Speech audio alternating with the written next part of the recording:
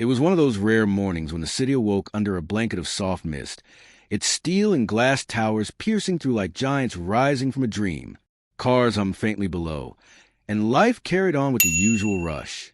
But for Alexander Voss, one of the wealthiest men in the country, the morning had gone terribly wrong. His luxury car had broken down at the edge of a massive construction site, an area he had never once given a thought to, though his own companies had probably funded a dozen similar projects. He stepped out of the sleek vehicle, irritation clouding his sharp features. Alexander was a man used to control, a man for whom the world bent easily. Yet here he stood, stranded, as the city's workers poured around him, dusty boots, worn gloves, tired eyes, each of them glancing at him only briefly before returning to their own labor. He had never felt so out of place, so invisible. Then he saw her. She was climbing down from scaffolding with a bundle of tools strapped over her shoulder, her helmet slightly askew, and her cheeks streaked with dust. Yet beneath the roughness, there was something striking about her, an effortless strength that shone brighter than polished jewels. Her name, as he would later learn, was Amara. "Car trouble?" she asked, her voice steady, as if she had seen hundreds of men in tailored suits crumble under far smaller inconveniences. Alexander almost bristled at the question, but her tone was not mocking. It was practical, grounded. "Yes," he admitted, adjusting his tie, realizing how ridiculous it looked here among the concrete and grit. "Pop the hood," she instructed, setting her tools down with ease. Without waiting for his reply, she crouched over the car, her hands working with precision that betrayed years of practice, though not in luxury vehicles. Alexander watched, strangely fascinated. He had spent countless evenings at galas, surrounded by elegance and wealth, yet never had he seen someone work with such quiet confidence, such unpretentious grace. Within minutes, the engine roared back to life. Amara dusted off her palms and gave him a nod. "Not perfect, but it'll get you to where you need to go. You should have it checked properly." Alexander opened his mouth to thank her, but the words didn't come out as smoothly as he intended. Gratitude was foreign to him. It was always others thanking him. Yet here he was, indebted to a woman in a fluorescent vest and scuffed boots. From that moment, something began to shift. Over the following weeks, Alexander found excuses, at first subtle, later deliberate, to pass by that same site. Sometimes he brought coffee for the workers, claiming it was a gesture from his company. Other times, he stood at a distance, watching Amara as she guided her team with a firmness that never slipped into arrogance. She treated everyone equally, from the lowest-paid apprentice to the gruffest foreman. But Alexander's world was not one of scaffolds and dust. His world was boardrooms, billion-dollar deals, and ruthless competition. Falling for a construction worker was not merely unexpected. It was unthinkable. His advisors would sneer, the media would feast, and his empire's reputation could shatter. Still, the more he tried to suppress the pull toward her, the stronger it grew. One evening, after a brutal day of negotiations that had left him hollow, he drove back to the site. The workers were leaving, their laughter fading into the twilight, but Amara remained, securing tools and double-checking safety locks. She looked up and found him standing there, hands shoved into his pockets like a lost boy. "You again," she said, a small smile tugging at her lips. "Guilty," he admitted, his voice softer than usual. I wanted to thank you properly. Maybe over dinner?" She tilted her head, her eyes narrowing as though studying him beyond the expensive suit and carefully polished demeanor. "You don't seem like the type who asks. You seem like the type who commands." Alexander laughed, a sound that surprised even him. "You're right, but maybe you're the reason I want to learn how to ask." Amara didn't answer immediately. She leaned against the railing, crossing her arms, still coated in the dust of her day's labor. "If you're looking for entertainment, you won't find it with me. If you're curious, that's fine. But I won't be someone you remember only when your car breaks down or your deals go wrong." Her words cut with honesty, sharper than any diamond he'd ever purchased. And for the first time in years, Alexander felt human, vulnerable, seen. That dinner happened, and another after it. Slowly, their worlds began to collide, sometimes clashing, sometimes blending in surprising harmony. He introduced her to rooms filled with opulence, where chandeliers glittered like stars. She introduced him to spaces where laughter was unpolished. Meals were shared from a single plate, and kindness mattered more than wealth. Yet whispers began to swirl. His board questioned his judgment. Friends raised eyebrows. The tabloids spun their stories. Asterisk billionaire entangled with construction worker. Asterisk still, Alexander found himself unable to let go. Every time he looked at Amara, he saw a life far richer than the empire he had built. And then, one night, came the moment that would test everything. It was at a gala, one of those glittering events that define high society. Amara had reluctantly agreed to attend, wearing a dress Alexander had gifted her, a simple gown, elegant but not ostentatious. When they walked into the hall, silence rippled, conversations hushed, eyes turned. A woman from Alexander's circle, draped in jewels, leaned close and whispered just loud enough for Amara to hear. "She doesn't belong here." Amara's smile faltered, but she stood tall, her gaze steady. Alexander felt fury surge within him, a rage he had never known in the business wars he fought daily. For once, the billionaire didn't care about mergers, reputations, or the empire he had spent his life building. He cared only about the woman who had once crouched beside his broken car, her hand steady and unafraid. He reached for her hand, tightening his grip as the entire hall watched, and with a voice that carried through the crystal-lit air, he said, "She belongs more here than anyone I've ever known." His words rang out like a sudden strike of thunder, shattering the quiet hum of whispers in the grand hall. 100 pairs of eyes darted between him and Amara, confusion and curiosity mingling in the silence. The jeweled woman who had sneered faltered, her lips parting as though to respond. But Alexander's tone had left no room for rebuttal. Amara's hand trembled slightly in his, though her expression remained composed. For all her strength and resilience, she was not accustomed to being a spectacle. The hall returned to its rhythm, laughter resuming in strained bursts. But the atmosphere had shifted. Conversations were no longer about stocks or politics. They were about them. Alexander could feel it pressing against him.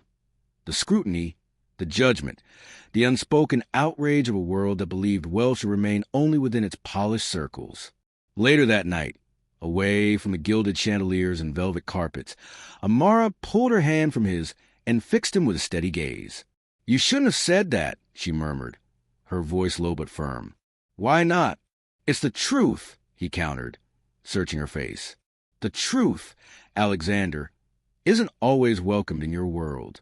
You've built empires on balance sheets and careful strategy. But what you did tonight wasn't careful. It was reckless. And people in your position don't forgive recklessness." Her words struck him harder than any boardroom betrayal. But beneath her sternness, he saw something else. Fear not for herself, but for him. She was thinking about his reputation, his empire, his carefully constructed legacy. That realization carved deeper into him than the disapproving glances of an entire hall of billionaires ever could. Days passed, and the tension between them thickened. Alexander still sought her presence, craving the grounding force she provided. Yet he could not ignore the ripples spreading across his professional life. Investors whispered. Reporters sharpened their questions. Some allies grew distant, and Amara, though steadfast, began to withdraw. She did not want to be the reason his empire cracked. One afternoon, Alexander arrived unannounced at the construction site again. The air was thick with the sound of machinery and shouted instructions. Amara was on scaffolding, guiding her team as she always did, her helmet shielding her face from the glaring sun. When she descended and saw him waiting, her eyes softened but her mouth stayed firm. "You shouldn't keep coming here," she said, setting aside her gloves. "This isn't your world." "I don't care whose world it is," he said quickly, the words rushing out as if they had been lodged inside him for too long. "I come because I need to see you. Because when I'm here, everything else, stocks, profits, expectations, it all fades. And I can breathe." She sighed, wiping dust from her forehead. "You're not hearing me, Alexander. You don't belong here. And I don't belong in your circles. Maybe what we had was a spark. But sparks burn out if they're forced into the wrong place." Her words stung, and for a moment, Alexander felt a helplessness he had never known. He, the man who could bend industries to his will, could do nothing to bend her heart if she chose to walk away. That evening, Alexander sat alone in his penthouse, staring at the city lights sprawling endlessly beneath him. For once, the glittering skyline seemed empty. All his life, he had built walls around himself, walls of glass and steel, and within them he had hoarded wealth, power, and influence. Yet now none of it mattered. He thought of Amara's callous hands, her unwavering voice, the way she looked at people without measuring their worth in numbers. She had something he never could buy: authenticity. The next morning, he did something no one expected. He canceled 3 high-profile meetings, sent his advisors away, and drove, not in a luxury car, but in a modest one, to a construction site. Workers turned in surprise as the billionaire walked among them, his polished shoes coated in dust. Some chuckled under their breath. Others whispered. But Alexander ignored them all. He found Amara at the far end, overseeing cement being poured. "I'm not here to pretend anymore," he said when she noticed him. "I'm here to learn. Show me what you do. Teach me." Her brows arched, skepticism flickering in her eyes. "You? You'd last 5 minutes. Then let me last 5 minutes. And tomorrow maybe 6. Something in his tone broke through her defenses. For the rest of the day, Alexander worked beside her team. He carried tools, held beams steady, even shoveled gravel until sweat clung to his shirt and his palms ached. The workers laughed at his clumsiness, but also respected his determination. Amara watched, half exasperated, half impressed. For the first time, Alexander was not a billionaire standing above them. He was simply a man trying, failing, and trying again. In those grueling hours, Alexander discovered a strange kind of joy. The simplicity of effort, the camaraderie of shared labor, the satisfaction of building something tangible. These were worlds apart from the sterile triumphs of his boardrooms. When the day ended, he was exhausted but smiling, a genuine smile that had not crossed his face in years. Amara handed him a bottle of water, shaking her head. "You're insane," she said, but her lips curved with a reluctant smile. "Maybe, but if insanity means being near you, then I'll take it," he replied. That night, as they sat on the edge of the unfinished building, the city sprawling beneath them, Alexander spoke quietly. "I used to think love was something ornamental, something nice to have, like the art on my walls. But you've made me realize it's a foundation. Without it, everything else is just glass waiting to shatter." Amara looked at him, her eyes reflecting the city's scattered lights. She didn't answer with words, but with silence, the kind of silence that held weight, meaning, and an unspoken promise. From then on, Alexander's world began to transform. He continued his empire, yes, but with shifts so subtle and yet so profound that his closest advisors struggled to understand. He invested in workers' housing, funded education programs for laborers' children, and spent weekends on construction sites learning not just about buildings, but about lives built from sweat and perseverance. And always, Amara was there, both a challenge and a refuge. She never let him forget where he came from, nor let him drown in where he was. Their love was not a fairy tale of ballrooms and glass slippers. It was forged in dust and mistakes, in small triumphs and unyielding honesty. Yet despite the transformation, the world outside did not soften. Media storms erupted, labeling Amara as opportunistic, a gold digger and a hard hat. Business rivals whispered of Alexander's distraction, calling it his greatest weakness. Even some friends abandoned him, unable to reconcile a billionaire with a construction worker. But Alexander, once a man consumed by others' approval, found himself unmoved. Every insult hurled at them only tightened his grip on Amara's hand. He had faced hostile takeovers, market crashes, and boardroom betrayals, but none had prepared him for the fierceness of protecting the one thing that mattered more than all the billions combined. And so, as the months passed, Alexander no longer walked a fine line between two worlds. He built a new one, a world where chandeliers and scaffolding could coexist, where a man's worth wasn't measured by his bank account, and where love wasn't a weakness to be hidden but the greatest strength he had ever known.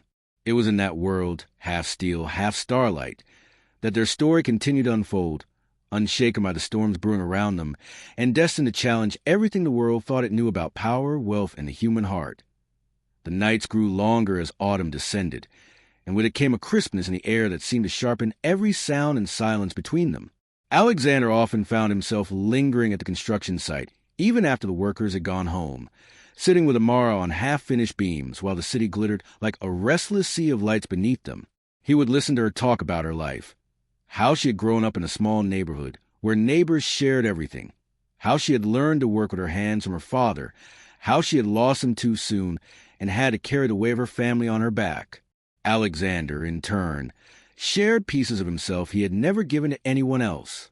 He spoke not of profits or strategies, but of loneliness, of how success had made him a man everyone admired yet no one truly knew. He confessed how exhausting it was to be surrounded by people who only stayed as long as his power remained unbroken. To his surprise, Amara didn't pity him. She listened, then shrugged, and simply said, "That's the price you paid. But you don't have to keep paying it if you don't want to." Her words lingered in his mind for days, echoing louder than any speech he had ever heard in the grandest halls. For the first time, Alexander felt the possibility of choosing a different kind of wealth. Not one measured in billions, but in the quiet certainty of being seen and accepted without condition. But just as this fragile new world began to take shape, it was tested in a way neither of them expected. A scandal erupted in the media, fueled by a rival corporation desperate to see Alexander stumble. Photographs of him at the construction site circulated widely, paired with cruel headlines. "Billionaire wastes fortune on a laborer's love. Is Voss losing his edge?" The images of him holding beams, covered in sweat and grime, were spun as evidence of eccentricity, instability even. Investors began to panic. His board demanded answers. The pressure closed in like a vice, and one evening his closest advisor confronted him in his office. "You have to end this, Alexander. One woman is not worth an empire. Cut ties with her, quietly, before everything you built unravels." For a long moment, Alexander said nothing. He stared at the sprawling city through the floor-to-ceiling windows, his reflection cast in the glass like a man divided. But then he turned, his eyes burning with a fire his advisor had never seen. "You think she's the risk?" "No. She's the reason I finally started living. If the empire can't survive me being human, then let it fall." The advisor left in stunned silence, but Alexander felt lighter, as though he had shed chains he hadn't even realized he wore. Still, he knew the storm was only beginning. When he told Amara about the growing backlash, she didn't look surprised. She had anticipated it long, before he had. "You've got a target on your back, Alexander. Being with me only makes it bigger," she said, her tone steady though her eyes betrayed a flicker of worry. "Then let it be bigger," he replied, reaching for her hand. "I've spent too long living behind glass walls, afraid of cracks. With you, I'd rather walk through fire." Her silence stretched, heavy and uncertain, but she didn't pull her hand away. In the weeks that followed, Alexander began reshaping his empire in ways no one foresaw. He launched initiatives that prioritized workers' welfare, introduced programs to bridge the gap between wealthy corporations and laborers, and insisted on transparency in dealings. Critics sneered at first, accusing him of theatrics to defend his controversial romance. But as results began to show, communities thriving, productivity rising, skepticism wavered. Amara, meanwhile, kept working on her site, refusing to abandon her crew or her life. She never wanted to be seen as a prize or a trophy. When Alexander visited, she made him earn every moment by rolling up his sleeves, just like everyone else. He would hammer nails, mix cement, or haul boards, laughing at his clumsiness but relishing every drop of sweat as though it washed away years of hollow victories. Still, the world outside was relentless. Invitations to high society gatherings grew fewer. Former allies withdrew from deals, and in whispered corners, people said Alexander had lost his mind, blinded by a woman who would never fit their mold. Yet the more they spoke, the more determined he became. One night, as they sat watching the city from the skeleton of a high-rise, Amara finally voiced a fear that had been gnawing at her. "You're giving up too much for me.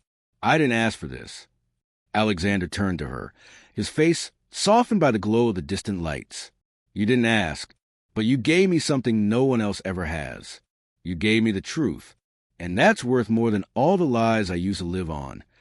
Her eyes glistened, though she blinked the tears away quickly, unwilling to let him see her break. She had always been strong, but in that moment she realized strength wasn't just about carrying weight. It was about letting someone else share it. And so she let him. Their bond deepened, whether not by luxury but by trials. They faced protests, shareholder rebellions, and endless scrutiny. Yet each morning, when Alexander woke beside her, sometimes in his glass tower, sometimes in her modest apartment with cracked walls and laughter echoing from neighbors, he felt richer than he had ever been.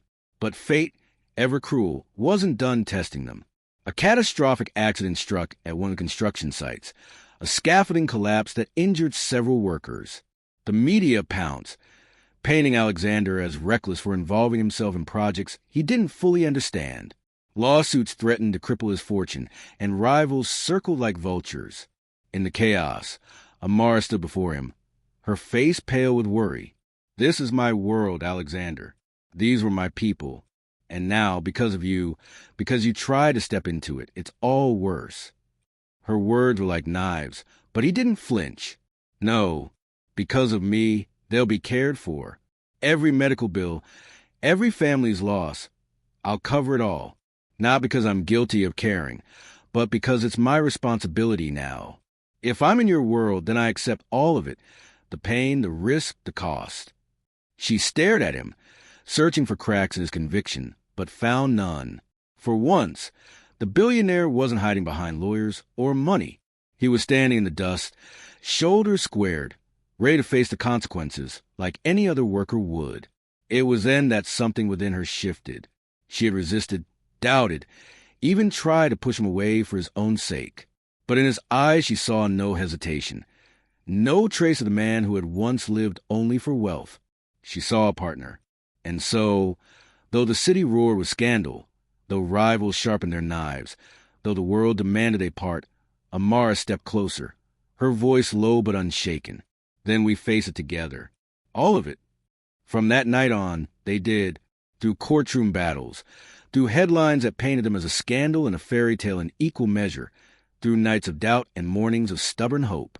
The empire Alexander once thought unshakable bent and fractured under the weight of change, but out of the cracks, something new was born, something neither glass nor steel could contain. Together, they built not just towers that pierced the skyline, but foundations strong enough to withstand storms. Their love became more than a story whispered in scandal sheets. It became a force that challenged how the world defined power, loyalty, and worth. And though enemies still plotted and challenges loomed on the horizon, Alexander and Amara walked forward unafraid, hands clasped, their hearts steady in the knowledge that the city never forgot the night the empire almost collapsed, nor the man who refused to let go of the woman who had changed him. In boardrooms, they called him reckless. In newspapers, they branded him a fool. In hushed conversations, they said his downfall was inevitable. Yet for every word of scorn, Alexander only grew stronger, because Amara stood beside him like an anchor in a storm. Their story was no longer just about a billionaire who had fallen in love with a construction worker. It was about what happened when two worlds collided and refused to break apart. As lawsuits raged and rivals closed in, Alexander did not retreat into the fortress of wealth as many expected. Instead, he walked into hospitals where injured workers lay, sat by their bedsides, and listened to their stories. He paid not just for surgeries and care, but for education for their children, for roofs over their heads, for futures that had once seemed impossible. It was not charity. It was accountability, responsibility, and love translated into action. Amara was always there, her hands holding his steady when the weight of it all threatened to drag him under. And word spread. Not just a scandal, but of the billionaire who showed up like an equal, who carried bricks, who didn't mind dust on his hands. Slowly, the narrative began to shift. Journalists who had once mocked him started writing pieces, with a different tone, speaking of a transformation no one could have predicted. Workers began to revere him not as a distant figure of power, but as a man willing to sweat beside them. And through it all, Alexander never stopped crediting the woman who had made it possible.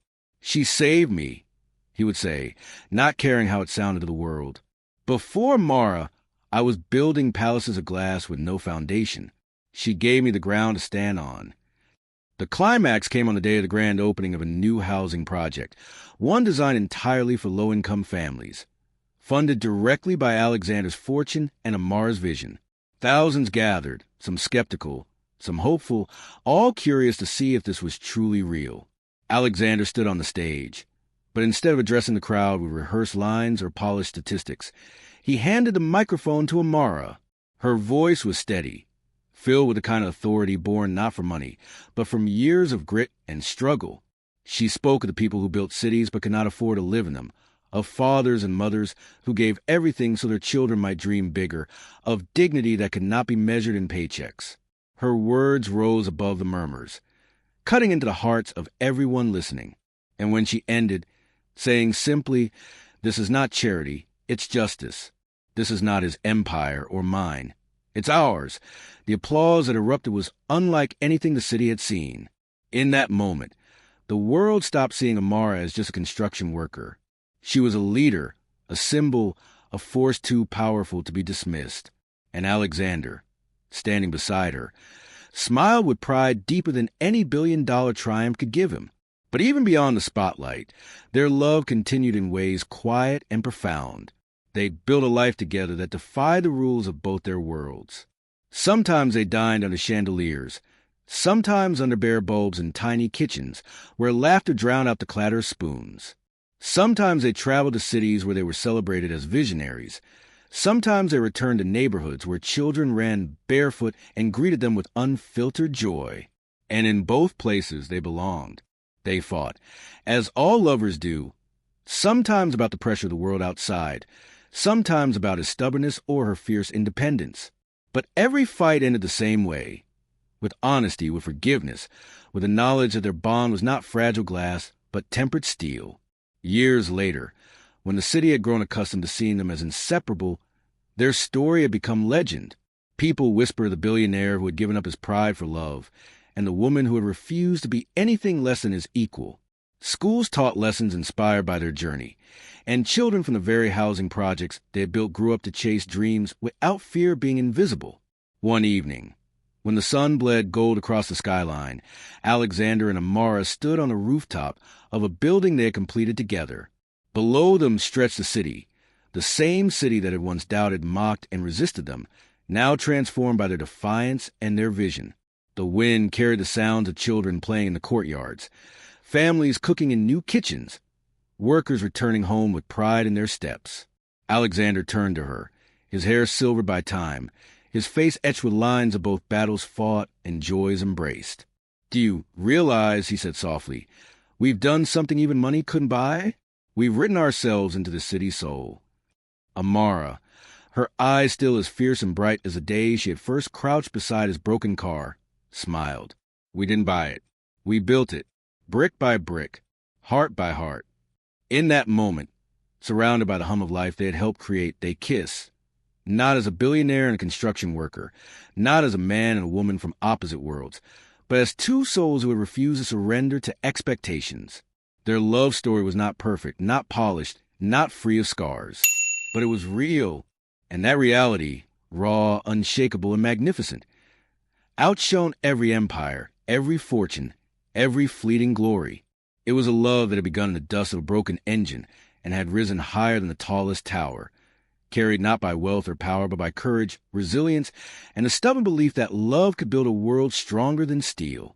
And so their story lived on, not just in the city that bore their mark, not just in the people whose lives they touched, but in the heart of anyone who ever dared to believe that love, when chosen fiercely and without fear, could move mountains, tear down walls, and rebuild the world from the ground up.